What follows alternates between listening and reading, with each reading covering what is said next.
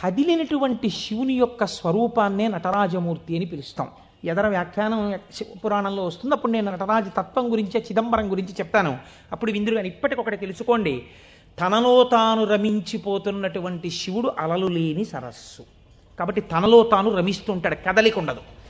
ఇప్పుడు అదే శివుడు సృష్టికర్త స్థితికర్త ప్రళయకర్తగా ఉన్నాడు అనుకోండి, కదులుతూ ఉంటాడు. ఈ కదిలినప్పుడు నటరాజు నాట్యం చేస్తుంటాడు. నటరాజు సృష్టి స్థితి ప్రళయకర్త అయి నటిస్తున్నప్పుడు పక్కన దగ్గరగా ఎవరైనా నిలబడతారా? నిలబడి అలా చూస్తూ సంతోషపడిపోయే వాళ్ళు ఎవరైనా ఉన్నారా నటరాజుని? శ్రీ మహావిష్ణువు అంతటి వారు అసుర సంధ్య వేళలో మధ్యలో వాయిస్తూ ఉంటారు, శంకరుడు నాట్యం చేస్తుంటే. కాబట్టి ఉట్టిన ఏమీ చేయకుండా స్పెక్టేటర్స్ పాస్ అని చెప్పి ఏమైనా ఇస్తారా? రేపాక సుబ్బారావు సూర్యకళా మందిరానికి ఇచ్చినట్టు ఇస్తే వెళ్ళి కూర్చున్న పాస్ పట్టుకుని మొదటి వరుసలో చాలా దగ్గరగా